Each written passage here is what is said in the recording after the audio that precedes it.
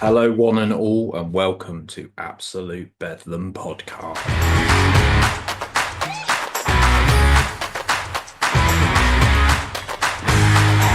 Absolute Bedlam. Hello, and welcome to another episode of season 14, I think this is, of Absolute Bedlam Podcast. As you can probably tell by saying season 14, my soul is dying. So yeah, welcome aboard. Got Mr. Jerden Cooke on the podcast. How's it going? Are you all right? Take a note from Doctor Who and turn your season 14 back into season 1. Regenerate. Get another host. Yeah. Sounds like a good idea. Anyway, so yeah, I'm fine. How are you? I'm ready to be your most boring guest. I've not been anywhere. I've not done anything. Okay, that's fine. We'll work with it. I think probably about a year ago, let's get straight into it, I probably met you at Harrow for Digitizer Live. I think that was in July last year. I think so. I only remember it was hot because it's always hot whenever Digitizer's doing anything in an enclosed space. Yeah. But yeah, it's taken us 11 months to get this down for us to meet. I've heard you talk about Digitizer quite freely on other episodes, so I'm going to assume your audience basically knows what I'm talking about most of the time. So I'm not going to be overly explaining what that is. I think the floodgates open when I got Ashens on, and then I got Paul, Mr. Biffo, and then I got Sanya on recently as well. Lovely. And I know who Cheap Show are with Paul and Eli. Unfortunately, Paul's very, very busy at the moment, but I want to get him on at some point as well. We got people like he's always Cliff busy. He makes himself busy. Yeah, he's a law unto himself, isn't he? We've had Cliff from Nintendo 64 podcast on here as well. Yeah, N64 Life. And now he's under consultation. Yes, I know all these people. Lots going on. Yeah. So yeah, all good. Right. So first question. All right. How did you find school life? Oh, it's good. Now, you said some people like to know these questions ahead of time. I didn't. Yep. So, yeah, you're fully surprised. In the dark. I spent a lot of traveling to and from school because I kind of got networked into it. The headmaster was a friend of the headmaster's wife was a friend of my dad. So I ended up going to a school like 7 miles away from me in southeast London. So I did a lot of transport by bus. I was late a lot of the time, and I was late home a lot of the time. And I've got a double-barreled surname. Let's get this out of the way. Jerden Cooke is my surname. Oh, okay. My name's Chris. Okay. But when there was one time when Biffo used my full name as a credit on screen, and it stretched across absolutely the entire screen. Right, Christopher Jerden Cooke. And I felt very self-conscious about it. And also, he had to say my full name a lot when he was crediting me with things. And I thought, I'll make it easier for him. And also, there's Chris's all over the place. Yeah. So I tried to make life easier for everyone involved. And it was confusing for a while. But people have kind of got used to it now. So I had that, and I wear glasses, as you can see. And that was all that was needed for people at school to assume I was some kind of SWAT. Some kind of teacher's pet, regardless of the fact I didn't do any homework and I was mouthy in class and I got in trouble a lot. That didn't seem to register with people who thought I was a kind of brown noser. Yeah. It's very funny. So yeah, but you know, I made friends there that I still have. Yeah, which is not everyone can say that. Yeah, completely. Yeah, it's tricky. I outlasted the school because it's been demolished. The school has been turned into gravel, so at least it's made something of itself. Nice. It's got another life. That's awesome. I love that. Can you remember the naughtiest thing either you or someone else at school did? I mean, again, I talked back a lot. I didn't do anything destructive. I was 14 and I had a 16-year-old girlfriend. That was quite naughty at the time. I could have got her in trouble. Yeah. But that wasn't necessarily That wasn't necessarily a thing that happened at school. We were at the same school. Yeah. That's it. Now you see, here's where me being a boring guest starts to come into fruition. Yeah. Love it. I used to, although there were sometimes I would skip class and go to the music department and just play a piano because we didn't have a music teacher for about 3 years. You remember in secondary school, you get to pick your options, like the 5 subjects you want to do in about the 3rd year. And one of those I picked was music. And that was the year our music teacher left on maternity leave, and they didn't get another one until about 3 months before I left school. Right. Yeah, yeah. And so that department was basically unused. I would get in there and bash pianos about during lunch break and things. Great fun. Yeah.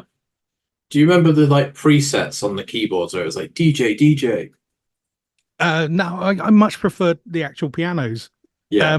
There were a lot of, I don't realize, probably some Yamaha ones because they had the built-in speakers and they had the touchpads. It had a load of Roland SH101s, which are much older analog keyboards that don't have a built-in speaker. So the kids in the 90s were not interested in them at all. And I included myself in that.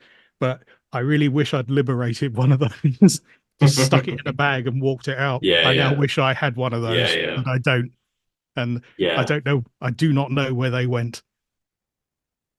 I know what you mean, because schools get grants and they get donations and they get like a job lot of things where they order like 20 in one go, don't they? So yeah, the SH101 as a weird old synthesizer for a secondary school to have loads of, like, I mean, a bunch of them.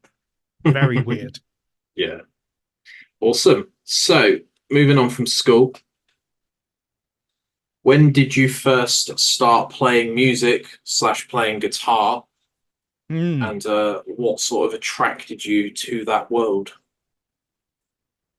You might hear a lot of people who say I didn't hear much popular music growing up, and it's usually because of some kind of religious background and things like that. My parents just didn't like it. They liked classical music. My mum liked brass band music because her dad was a cornet player in a brass band. I'll say brass band because they were playing that in Surrey. So you would say brass band rather than brass band. Yeah. And in primary school, they started canvassing if people wanted to play various instruments to do like a school orchestra thing. And I ended up being put on the violin. I don't remember choosing the violin, but that's the instrument I played for a few years. And it's a weird route because I don't play the violin now. I've got one, but I'm not very good at it. Yeah. But and I'm going to sound like the biggest idiot saying this, but I also once heard an interview with the music producer Quincy Jones saying he didn't when he heard music on records, he didn't realize it was being played by people at some point. It just thought like it was a magic thing that happened on the record. So with the orchestral setup, every instrument played its own little bit. So it took me a while to get used to the idea that tunes played on one instrument could also be played on a different instrument. And I was shown on a piano how to tune my violin. They showed me the G, D, A, and E, the notes that corresponded to the strings on the violin. And then slowly, I was like, hang on, the tunes like Twinkle Twinkle Little Star, the D, D, A, B, B, A, that I knew on the violin, I started picking those out on the piano instead. I'm hitting a keyboard that's not plugged into anything. That's what those noises are. Yeah. And I didn't touch the violin again. I was then a keyboard player. Yeah. And then in the early 90s, I had a milk round where I helped out the milkman and he listened to Capital FM. And in 1991, that's when I started hearing more actual sort of up-to-date music. And that was when this not a very cool band in retrospect. Extreme got to #2 with More Than Words. Man. Lovely little tune. No, Bedlam Cooke, what a legend. Exactly. And I bought a 12-inch of Decadence Dance because it had an a cappella More Than Words on the B-side. That's what I was interested in. Okay. But then like the B-sides were all like, you know, really impressive hard rock. Yeah, And my yeah. friend Ali bought me Pornograffiti on cassette. This isn't the cassette, but this is a cassette of Pornograffiti, the second Extreme album, which I've since Yeah. bought again on cassette for um, nostalgia purposes. Yeah, yeah. And Fair enough. yes, Nuno Bettencourt, I thought I had an idea of what guitar playing sounded like, and he Mm. did not sound like it. It was fascinating. Yeah. And so when I was about 14, 15, I eventually ended up with a Squire Stratocaster, a single Mm. coil pickup. So I couldn't have made the noises I wanted anyway. And also I didn't have an amp. Was But he for endorsed by Washburn, just to interrupt?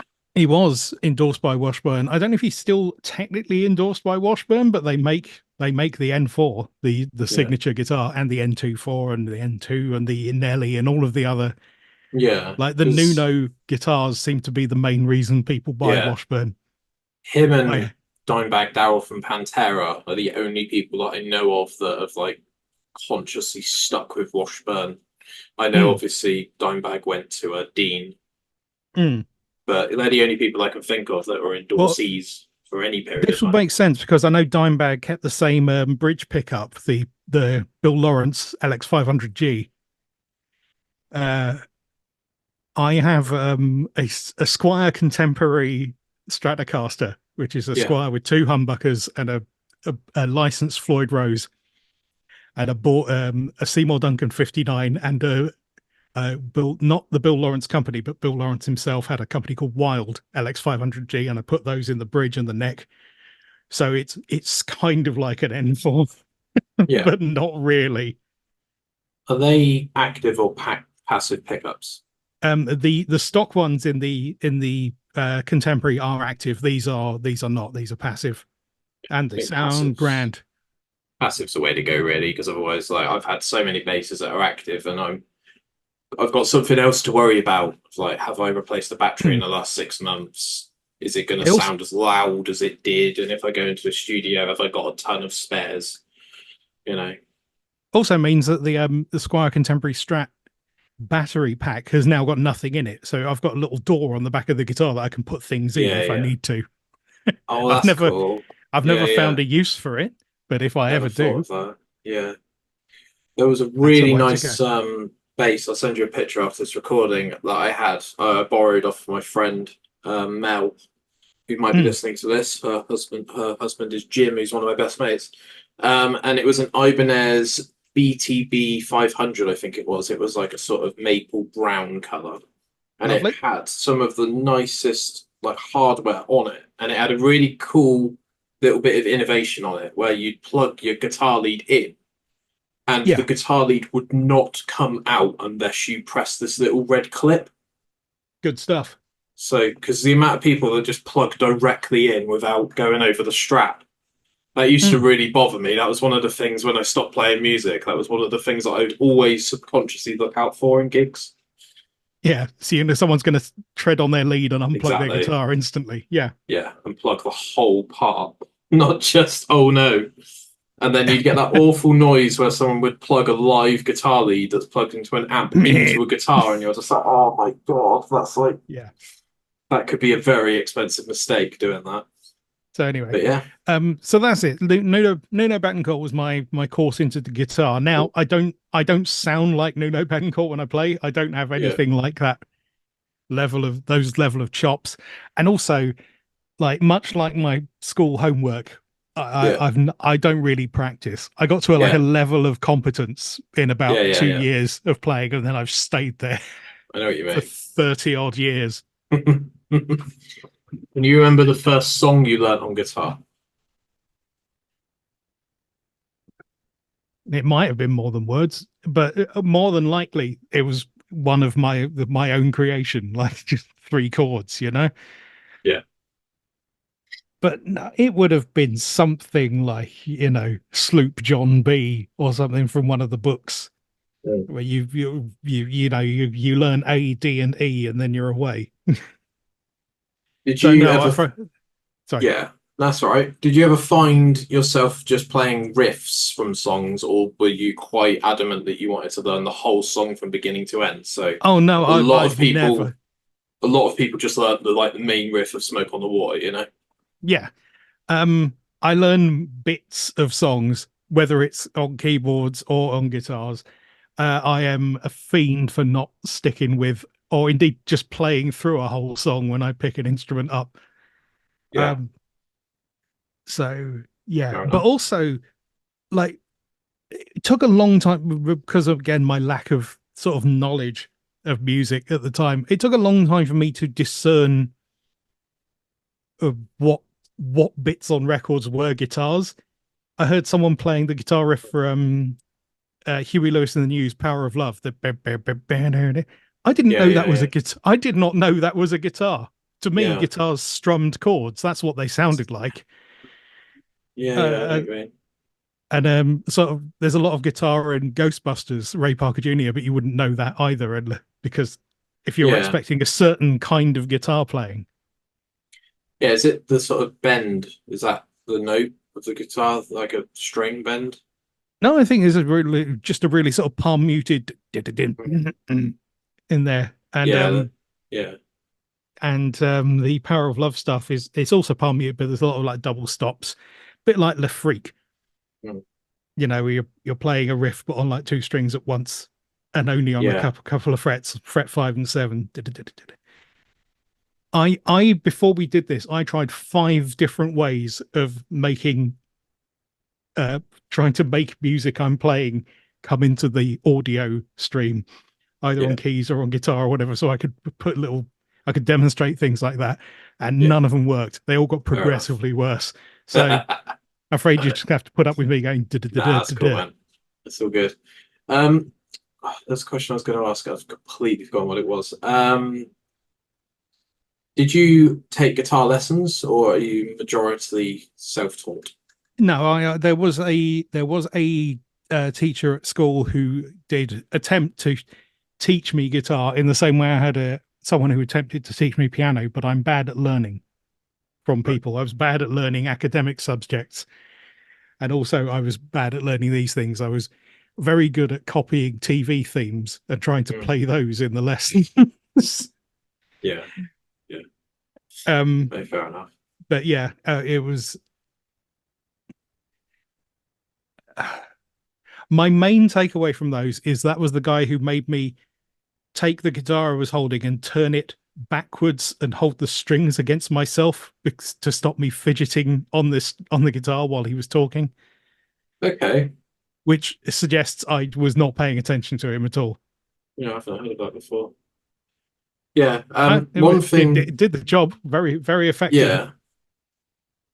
One thing that I've really, really benefited from learning when I was playing bass, and I really just didn't want to do theory. I just wanted to play the songs. I'm going to get into being in a band in a bit, but I've always felt that Hmm. you just need to be in a band and just be terrible for a couple of years, and just you'll learn better with other people. And one thing that I did learn theory wise, which really benefited me, was Yeah. learning the notes on the fretboard. Yes. Just knowing, like, right, A string, seventh fret is an E. Just little things like that. That really helped me out.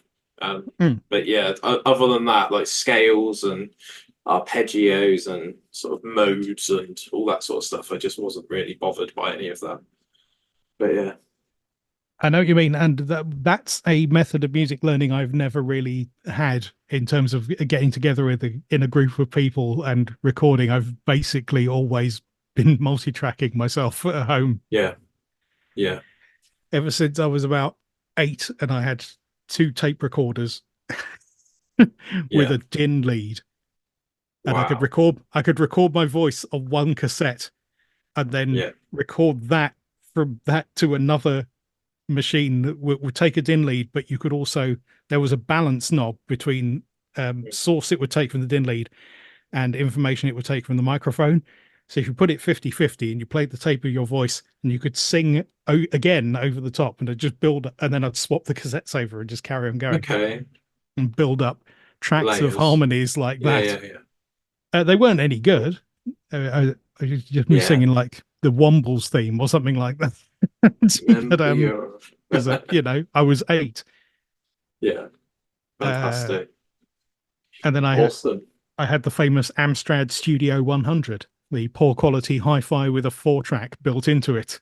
Yeah. With a poor quality 5-track built into it, but that got me doing multi-tracking and bouncing 3 tracks down onto track 4 with another thing, and getting like, you can get 10 tracks that way pretty easily with only 1 drop in generation. Grand. Sounds good. Sounds like you're a creative soul. And I didn't start recording on a computer until I was like 21. I didn't have one until I was 1998, and that was a computer that had a 4.3 gigabyte hard drive. As I think I'm doing audio on that. Crazy, isn't it? Just tiny. Impossible to imagine now. Yeah, when we really had to think about what 8 songs we wanted on our MP3 players. Like, that's not even an album's worth of music. Do you know what I mean? You've really got, and now you've got, your phone's got 128 gigabytes of storage. And even saying that now is gating this episode, because in 10 years from now, people will be like, only 128 gigs of storage. Well, hopefully. Let's say, let's just more and more storage, please. Yeah. Rather than cloud. Yeah. I think that's probably where we're going. Got 2 more questions and we'll go to a break. Right. Have you ever been in a band? Like, I've technically been in bands. The friend who bought me the Extreme album, we wrote songs. She would write the lyrics, I would write music and put it on tape, but we never like played together. I've been in kind of spoken agreements to be in bands with people that have never come to anything. And I was in like a 3-piece. We had an album out called Codex Machine. They were an electronic group. So that was just, someone had a copy of Acid Pro and a keyboard in their bedroom, and we would just sort of take turns building stuff up. So even then, we weren't playing music at the same time as a unit. So not a band in the way you think of. When I did 2 years of music at Lewisham College, and there was a live performance aspect to that. So I have rehearsed and played with other people, but not much, and I'm not good at it. I'm not good at working with other people in that way. Because I haven't had much experience doing it.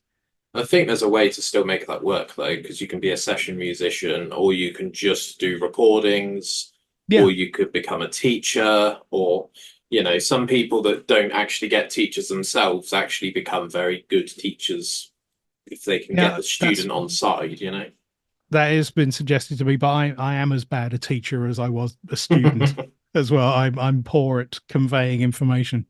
Yeah, fair enough. I know my limitations. That'll be the name of the episode. Know your limitations of Jerden Cooke. Part of why this is the kind of music I do is because of limitations, because it's all, stuff I can cheat at home. Yeah. I can make sure that bits that are slightly too fast for me to play in reality can be played by me for a recording. It's all artifice, and I'm fine with it. That's fair enough.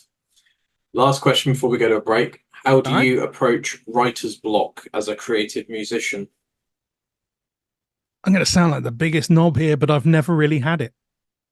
Fair enough. I can, I put out stuff of varying quality, but I can always churn out something pretty quickly. I'm not. That's not to say it'll never happen, but so far it hasn't happened, and I realize I've been very lucky.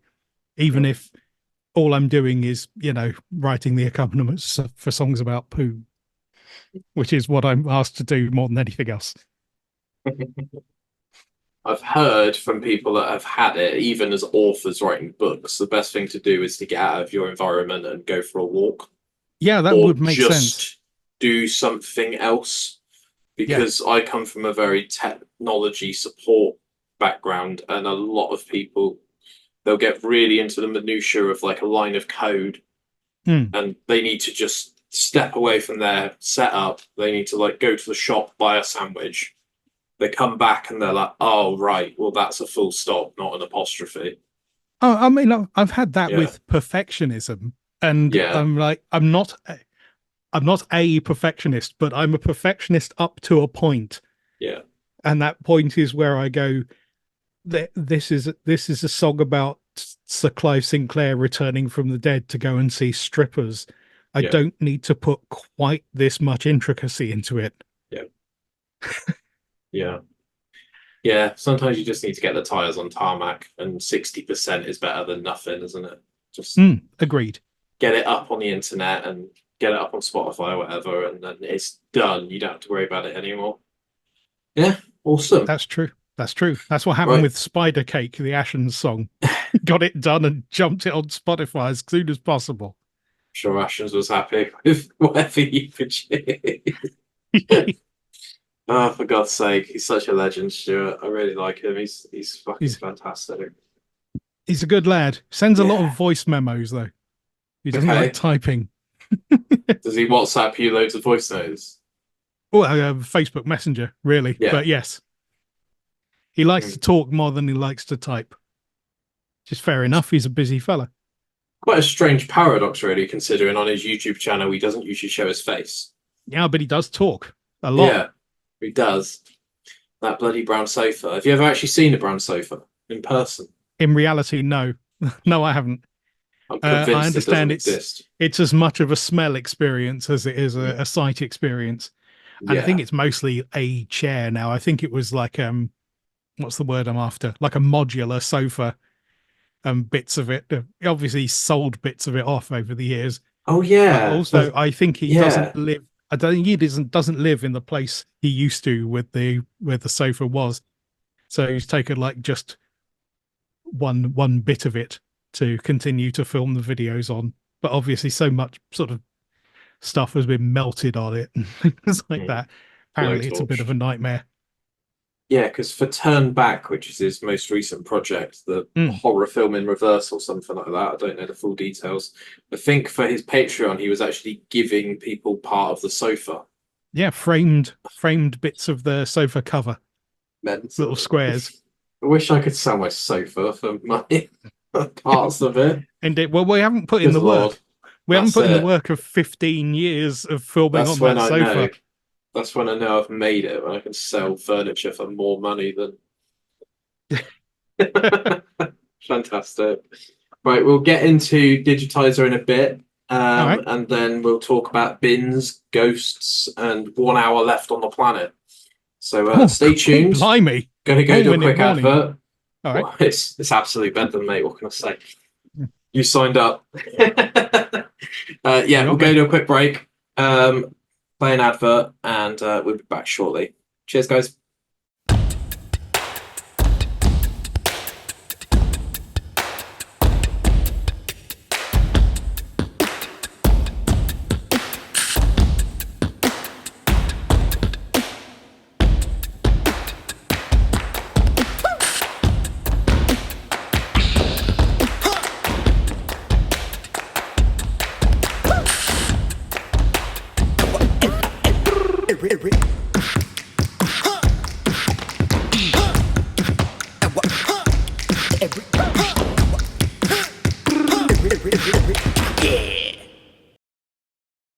One of the reasons I got in touch with you is, like I said, seeing you at Harrow for Digitizer Live and the absolute chaos that ensued that night with just you said I had like a Hawaiian party boy vibe or something like that in the video. There's just a lot going on at those shows. There's like flying babies and conspiracy theories, and there's a breakdancer dressed as a toilet. Just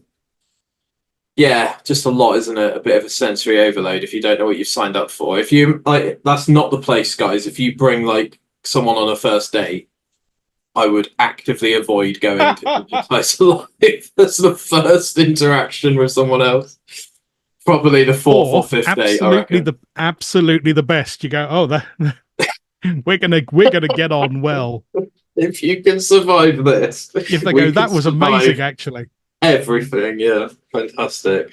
So, how did you get involved in that process, and how long have you been involved in Digitizer as a whole? I was a digitizer reader when it was back on teletext, Yeah. and as such, I eventually learned of Biffo has talked of this occasionally, the ill-fated Board of Biffo, the web forum, which, as many web forums do, kind of went bad, and people had big falling outs and things like that. Yeah. But even then, at the time, that was the first time I got asked about doing any music, because he was doing a pilot. Him and Tim Moore, Mr. Hayes, were doing a pilot called Biffo Vision for BBC Three, where they had a Scooby Doo pastiche called Scranton K, about a nude man with a boot on his head who solved mysteries with a team of teenagers. And I did a pitch for doing the Scranton K thing. Yeah. My audio has gone weird. Do I still sound okay? You sound fine, yeah. I made a pitch for doing the Scranton K theme tune, and they didn't pick it, and I'm glad they didn't, because it was not very good. Certainly not as good as what they ended up with in the show. Yeah. So that was handy. And then years later, after Mr. Biffo sort of came out of hiding after the Board of Biffo fiasco, which I will not go. I will not explain further. Just that people are tossers, and and he didn't like he didn't like the situation.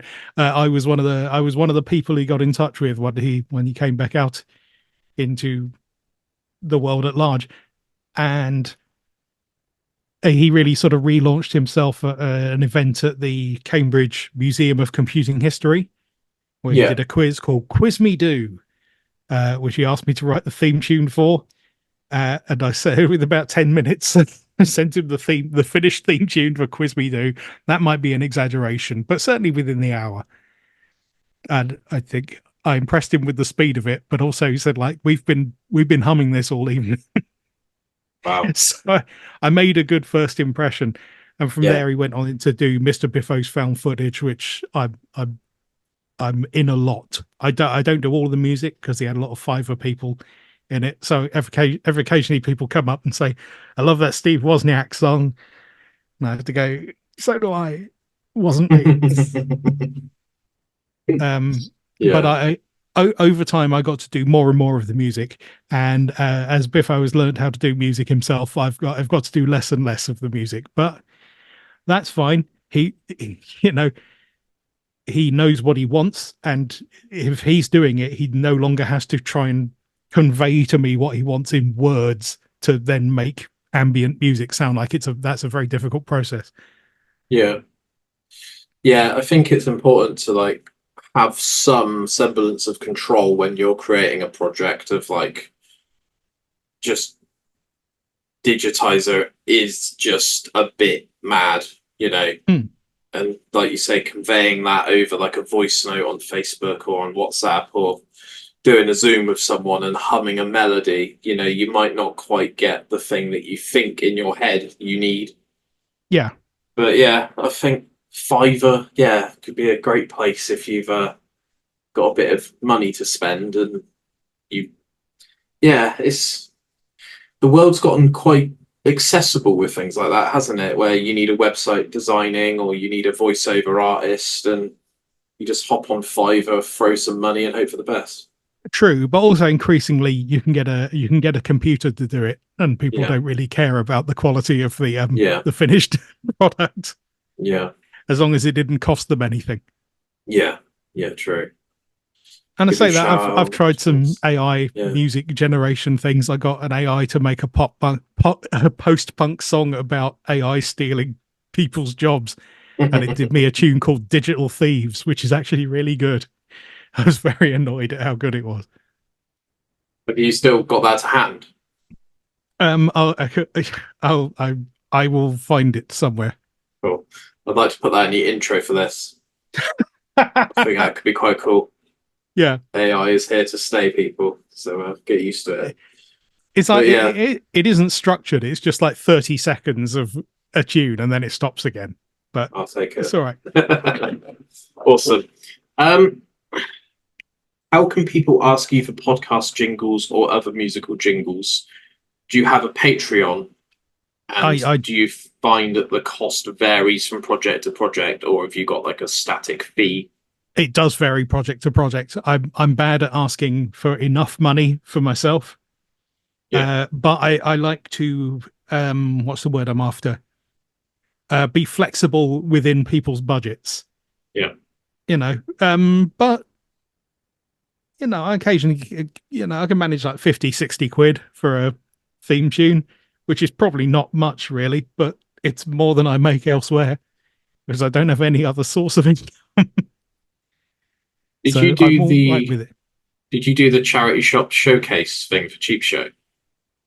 Probably not. I've only done a couple of things for Cheap Show. One was a Chaz and Dave backing track, Yeah. and one is episode 350. There was a sort of glitzy, bad brass synth version of the theme tune that I did for a laugh, which Paul's used a couple of times. Check But that out. I'm not as musically associated with Cheap Show as people might think if they know the people I know. Yeah, because they recently changed their intro, so I just thought for some reason that you would be involved in that. I think that's Noiseland, a guy who Okay. does remixes on YouTube, and he does like Red Letter Media remixes and Yeah. Cheap Show things. I believe that's a Noiseland. I say don't quote me on that, but I've quoted myself on it, but I'm prepared to be incorrect. Yeah, I don't have a get in Patreon, touch. and the only way to get in touch with me is either to DM my X account at Jerden Cooke, or I don't mind reading out my email address on here because it's a professional one, Go for it. Jerden Cooke at gmail.com, JERDNCOOKE at gmail.com. Drop me a line and I will barter with you about creation of theme tunes and things. Yeah. Yeah, I think that's how I got in touch with you initially, was on Twitter. It was. X, whatever the fuck it's called this week. Yeah. Wow. I respect all name changes, regardless of the motivation behind them.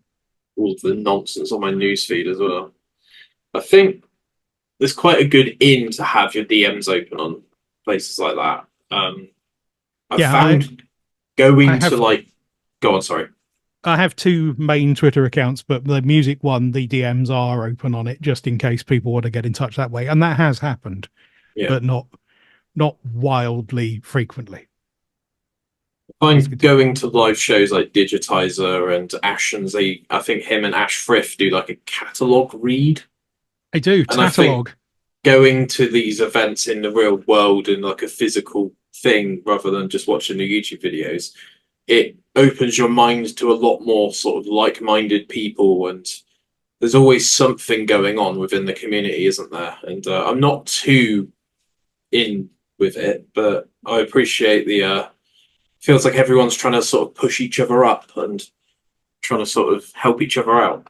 That is nice. There was a second Tatalogue Live at Cambridge Cambridge? Yes, Cambridge. That's the actual name of the place I'm thinking of. Yeah. Or was it Coventry? Hang on a second. No, it was Cambridge. I'm sorry. I'm having a real problem with places that begin with C.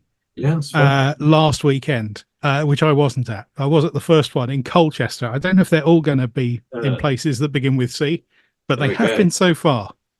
Let us know, Stuart, and we'll promote it on the podcast. Only if they all begin with C, though. I've not made of money. Canvey Island. Yeah. Crewe. Camberwell. Crewe Kern, whatever it's called. Where else? Cambridge is a bit posh, isn't it, to do a Tatalogue? There's bits of it that aren't. Is there? Is it a bit of a... Yeah, I suppose that's everywhere, though, isn't it? Yeah, but the Centre for... I don't know if he did it at the Centre for Computing History, because that's in an industrial estate. Yeah. Near the Premier Inn. That's that. Love a Premier Inn. Would you consider streaming on Twitch or doing some sort of YouTube thing to do on-the-fly song requests?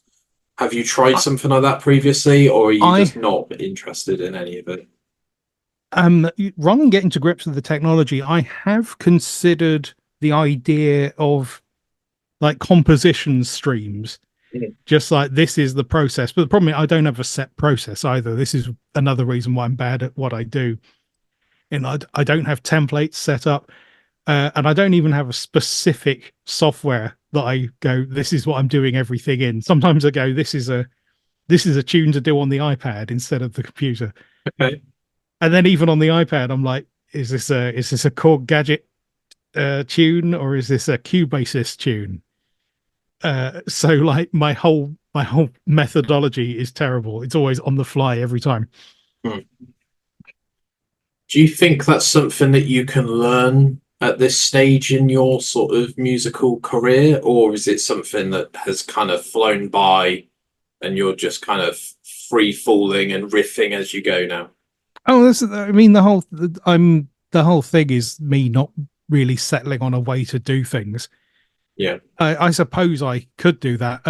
Since I tell you what's done it, it's spending money on Logic Pro, like a couple yeah, of £100. It's like, well, I better use that. yeah, I better use that as much as possible while I can to get the money's worth out of it. yeah, And so I have thought about doing that as a stream where I go, this okay, I'm going to start from nothing and we'll work yeah, up. But invariably, the things I'm working on are things that are going to be revealed later. yeah, So I can't do a stream of me building it up from nothing. Doing okay, now we're going to do Braben the musical for DigiLive 3 because that needs to be everything that happens in that needs to be a surprise for that audience the whole time. I know what you It's hap- mean. um, this happened with DigiLive 2 as well, with a song called "Let's Get Tony Home" about Tony Harris, the man from the Yeah, moon. yeah, yeah, In that, that's a big sing-along song yeah, for an audience that had never heard the song. So you yeah, sort of try and get people to join in, but they don't know it. So it was a bad move. But at least yeah, I sang that one live. Braben the musical, I was miming, but that was for like technical reasons. I yeah, fair probably enough. could have achieved it, Yeah, but we didn't have time to do sound mix and things like that. I didn't know whether I'd be able to get my guitar to go through the desk and things like that. I've moved on. I've completely changed the subject there. that's Anyway, fine. streaming composition, I sort of would like. That's an idea. I like the idea of The deception. redundant. Yeah, as a way of going, okay, I'm going to do myself a Mike Oldfield style huge Yeah, instrumental album from the scratch, and you're going to come with me, and maybe you'll give me a few ideas where to go. But also, people like the end product. They won't necessarily like to hear the same bass loop 87 times with yeah, slight changes in the mod wheel position and things like that, or mucking about with the LFOs and things like that. yeah, So I don't know how interesting it would be in the end. yeah. Yeah, I think people want to see the gig and they don't want to see the sound check. But Hmm. I think there are a few nutters out there that want to see how the sausage is made. And, if you've obviously got Hmm. previous I, work, I then people am I might am be, that as an audience member, but I don't yeah, necessarily expect other people to be that way. yeah, I know what you mean. Yeah, it's worth a go though, innit, I reckon. Yeah, I've cool. certainly not given up on the idea of it. It's good. What keeps you motivated to create music, and what sort of gets you up in the morning? Do you wake up thinking, "Oh my God, I've got deadlines looming," or do you play for fun first and make it work second? I'm very lazy. Um, and I often don't have projects on the go. When I do have deadlines, that does get me motivated, true enough, but Yeah, usually only towards the actual end of the process. But what I like is I like the end product. I like amusing people. yeah, So I'm a kind of shy extrovert. I mm, like to be here to people hear the thing, people hear the things and go, "Oh wow, that's good," and they go, "No." Yeah, I know what you mean. When the cat's out of the bag and everyone gets the same sort of, everyone gets to witness the finished product at the same time, and you kind of just sit back and watch the chaos unfold. Yeah, well, like also, but I've been with Biffo now. I've been doing this for like 8 years in the digitizer things, and I've had pretty much no negative feedback at all. No one's gone, "That one was shit, actually. Try better next time," or "You can't sing," which is fine. I'm not a good singer, but what I am is available. When it's time to lay a vocal down, I'm there and I can afford myself. Yeah. Sometimes being available is more important than being a grade 8 piano player that's got no availability at all. Yeah. Precisely. I'm not the best keyboard player. I'm not the best guitarist. I'm not the best singer, but I can harness all of those sort of mediocrities into an okay package. So off the back of that, do you care about what gear you use, or do you see all gear as a tool and a utility to get something done? I care about what gear I can afford. Yeah. I've got more guitars than I need to, really, but like, because I like to have them. But like, they all do slightly different things. I don't have like 2 different 3 single coil Stratocasters because one's different color or one's, well, I've got the made in Mexico one, but I've also got like a USA. So I don't have that. They're all budget guitars. Apart, I have got one actual Fender Telecaster. That's a made in Mexico. It's one of the cheapest Fenders you can buy. Yeah. But sometimes you're playing a thing and you go, "This doesn't feel right on this," and you grab like the Epiphone SG. Yeah. Like there's no practical difference in the sound you're creating, but there's a difference in feel of the, of the, what's the word I'm after? The length, the fretboard, the neck. Yeah. The radius is different. Size.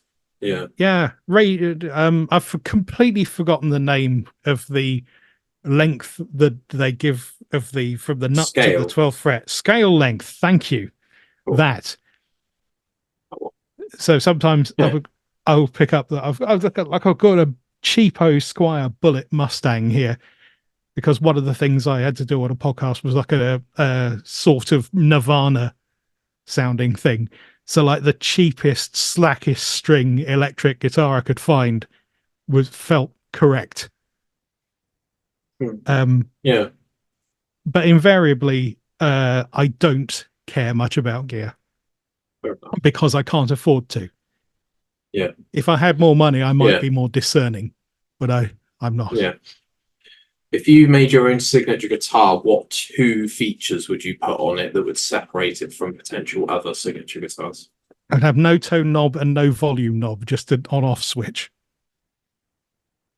Just nothing. Just strings, pick, go. Yeah. 24 frets, one bridge humbucker, splittable through another switch. Yeah. But like, I never just understood. You could but like no volume, just go click, it's on, full whack, then you click and it switches off. And then you end up not sending hum to your thing. There you go. It's an all kill switch guitar. Yeah. Nice. I'm probably a bit ignorant to guitar because I didn't really play it much. I kind of jumped to bass because I found that people around my area needed bass more than guitar because everyone played guitar. But I always found with the selector switch on like a Fender or a Squire that people would usually find one switch bit that worked, and there's usually 5 options, and then they would just leave it and they would never ever mess with it ever again. Well, like for years, because I was trying to do rock type noises, but on a Squire Stratocaster, I never left the bridge position because that was the bright one that would take distortion quite well. And I wasn't playing like creamy, saturated solos, and I wasn't doing funky middle position stuff. So I rarely used 2 or 4, unless I wanted to get rid of hum. Yeah. And even then, I was just like drowning it with a a distortion pedal.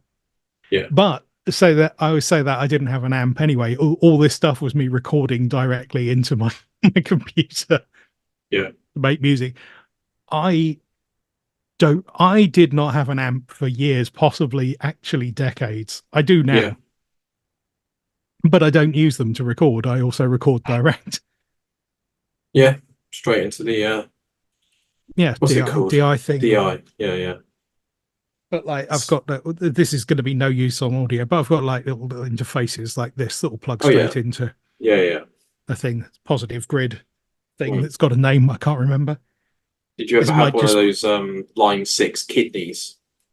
No, but No? you know, I've had things like that. Yeah, pods. The Line 6 pod.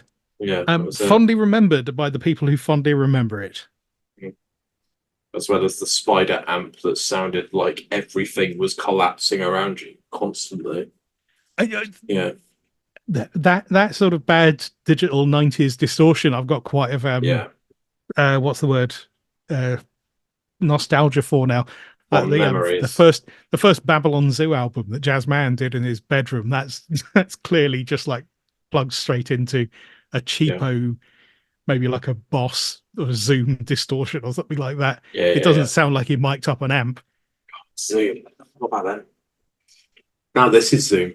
The thing where Zoom. Amazing. How's that? It's amazing how different companies can have similar names, even if they're in kind of adjacent fields. Yeah. Stanley, is it a water bottle or is it a box cutter knife? Or a deceased Marvel founder? Good Lord. Too soon. Excelsior. Yeah. What do you think of podcasting? Is this the first podcast you've done? What ones do you tend to listen to in your life? No, I've been regular on podcasts since about 2009. Awesome. Great. I used to send voice messages into Lost podcasts. I was on a Heroes podcast for a while, that failed TV show, because one of their hosts left and one of them had heard voicemails I'd sent in, so I got to do that. I did a Doctor Who podcast for about 10 years with my friend Joe. The 11th Hour podcast. I think we're still up on podcatchers, but we released it through a free podcast carrier called TalkShoe, who are terrible, and most of the links don't work now, which is probably good because it's full of jokes that I would have made 10 years ago that I'm probably not happy about now. Yeah. What do you mean? Do you find it useful though as a tool, like to learn things, or you just like people talking?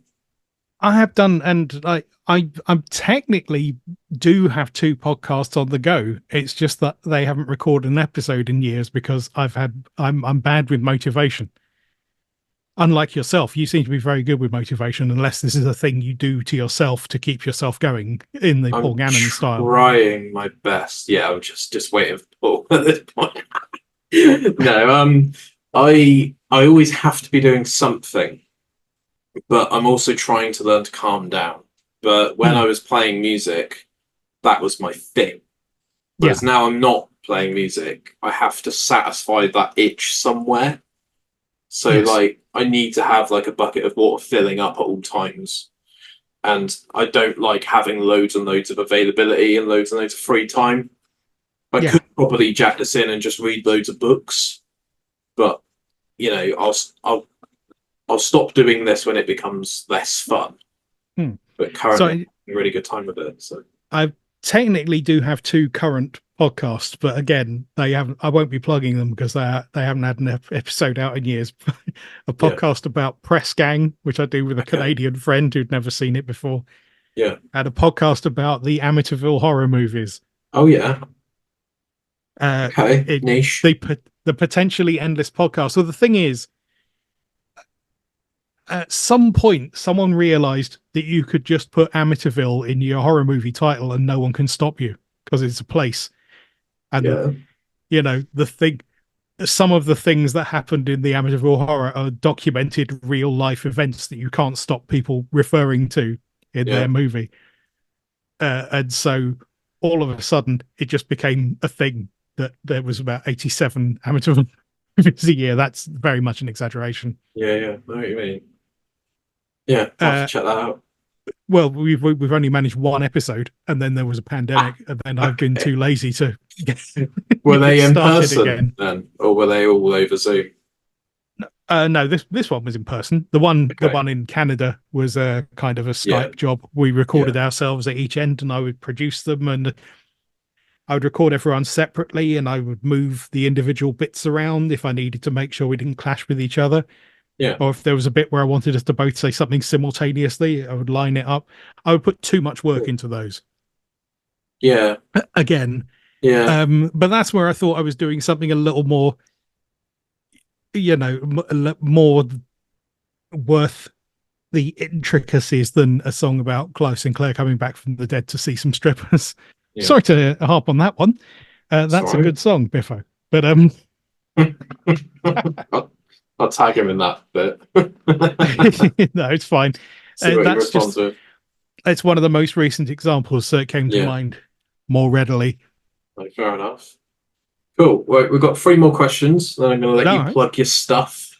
There won't be anything to plug. Just me, just my email address again. Just for extension lead.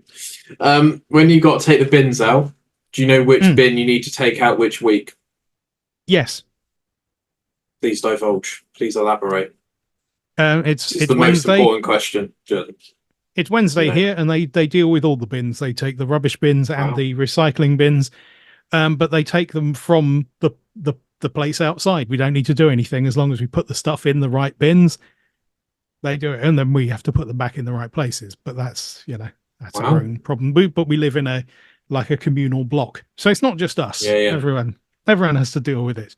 But my simple answer to your weird, stable kind of thing, where my simple, fun, destroying answer to your question is yes. I said I was a bad guest, and I mean it. There's nothing worse than a yes or no answer on podcasts. But precisely. We got there. Right, you can't answer this one yes or no. All right. Do you believe in ghosts, and do you have any experiences?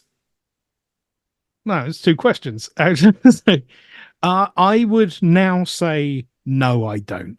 I like the idea of it. I don't necessarily like the idea of, dying and then having by consciousness trapped in a place forever. I don't like that idea. Yeah. But I certainly don't mind the idea of there being more to the world than we can see. But increasingly, I think, no, no, there isn't. I used to be very into this stuff. I used to investigate it with friends of mine. We would go to places. We did the whole gamut, that and sort of UFO investigations and things like that. My experiences are 0. But that's not the reason. I'm not going, I haven't seen anything, so it ain't real. I don't think it works for me as an idea, but I have never ever been disdainful of people who do believe in such things, and indeed have direct stories that are fascinating. You can see the conviction on their face as well, can't you, when they're telling that story, that it's like, this happened and you need to understand that this happened. Yeah. So that's a real fence sitter of an answer. It's fine. Sit on the fence. But there you go. It's all good. Did you say earlier you had a Patreon? No, I have not a Patreon. Would you be interested in starting one up? People can request songs through that. I guess so, but again, it's my motivation is bad. I remember the knowing my limitations. Thing. I have trouble knowing that I would be able to provide value for people. I think the better thing I can do is say, hire me for a thing, and then if you like that thing, pay me, please. That's I think that's a fairer thing to say. But this is still like a really relatively new world to me. Yeah. I'm more used to working in offices or cleaning housing estates. That's a thing I've done. Yeah. Fair enough. That's a very honest. That's a very honest job. It's preferable to an office job because at the end of the day, if you've mopped a floor, you can see a clean floor. And at the end of a day of dealing with spreadsheets and things like that, you can't see a tangible result of the thing you've done. You know what you mean? Yeah, you got to find a way to move that needle. Otherwise, it just feels like you've done nothing for 8 hours, and then you get home and you're like, well, "What was that all about? That was a complete waste of time." Yeah, I know what you mean. I do know what you mean. Last question, then I'm going to leave you to it. All right, mate, hit me. You've got 1 hour left on planet Earth. Oh. You can teleport. What are you doing, and who are you doing it with? You can do basically anything you want because the world's about to end. Am I listening to Mark Owen's 4-minute warning several times in a row just to get myself in the headspace? So how long could you listen to that? You could listen to that. Less 14? Than 10 times. Yeah. Where are you going? Thing is, I live with my wife, and she is the person I would see. So assuming I was at home, I wouldn't be going anywhere. I'd just be staying at home and feeling sad. Fair enough. It's very honest. You don't fancy teleporting to Japan or France or... What would it be? I'll go, this place is beautiful, but it's going to be gone soon. It'll just make me feel terrible. Yeah. Everyone here will be dead. I don't want to do that. Also, can't tell anyone that you've been there. That's a terrible precisely. question. Yeah. Here's my photos. Quick. You've got 2 minutes. You've made me doubt that question now. I might have to just go back to asking people what their favourite meal is. What an amazing jump you've gone from meal deal to I know. Your world's going to end in an hour and you can teleport anywhere. Yeah. Okay. It's a roller coaster, this thing. What can I teleport onto Mars and just hope for the best? Eat a meal deal on Mars in the last hour. Yeah. Chicken Caesar wrap, Whisper Gold, and a Dr. Pepper Zero. If only they did Space Raiders. There we go. Oh dear. Well, it's been lovely meeting you. You turn the Space Raiders into the corn buggy and escape. Yeah, that's the I'm sure it doesn't work. Then get back to Earth and it ends. Gosh, I'm an awful guest. Well done, everyone. Yeah, cheers for listening. Well, it's been lovely meeting you because obviously we've been communicating through WhatsApp and DMs and stuff, and you know, it's not like actually talking to someone. No, so it's true. Sometimes when you meet someone for the first time on Zoom and you've got absolutely no backstory, it can get a bit like, I've only got 1 hour with this person and I need to make it count. Yeah. So it's nice to see you off the stage at Digitize Alive and just sitting down and having a chat. That's true. And also, I am glad I didn't take the option to see these questions beforehand, because you'd have got some very boring, studied answers where I'd go, what should I say? What would be the best thing? Yeah. I probably would have had a better answer to the world destroying thing, but I still think my answer's correct. Yeah. That's all that matters. All good. Right. I'm going to leave you to it. Thank you so much for joining. So I thank you for asking me on. It's weird being interviewed as myself. I don't think that I'm the kind of person who gets interviewed. Yeah. But there we are. It's all good. It's all good. But yeah, cheers for watching, listening, viewing, and subscribing if you are listening to this still. Shout out to all the sponsors that make this podcast possible. We got Shanty Spirit, who now make vodka and spiced rum, 18 plus. They make that. Shut up, Ben. Thank you to Go Energy, who make functional natural energy drinks. And they're just awesome. Recently went to a skate park with my son and gave loads out, and kids loved us. So that was fun. And also shout out to the new sponsor, North Muse Candles, who make spiritual awakening candles.